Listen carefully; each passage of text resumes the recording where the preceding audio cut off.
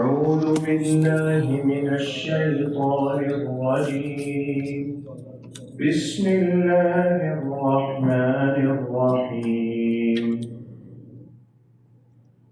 ولقد آتينا داود وسليمان علما وقال الحمد لله الذي فضلنا على كثير من عباده المؤمنين.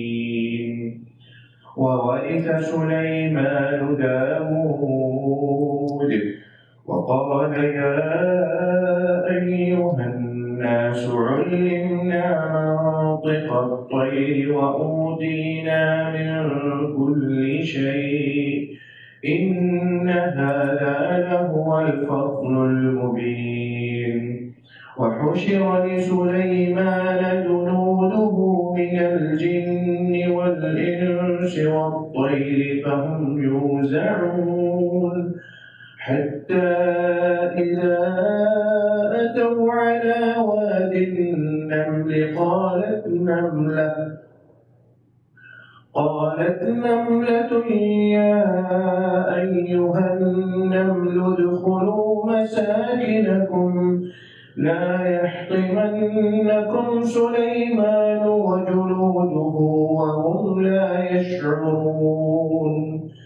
فتبسم ضاحكا من قولها وقال رب أوزعني أن أشكر نعمتك التي أنعمت علي وعلى والدي وأن أعمل صالحا ترضاه وأدخلني برحمتك في عبادك الصالحين. وتفقد الطير فقال ما لي لا أرى الهدهد أم كان من الغائبين. لأعذبنه عذابا شديدا أو لأذبحنه أو ليأتيني بسلطان مبين. فمكث غير بعيد فقال أحطت بما لم تحط به وجئتك من سبأ بنبأ يقين.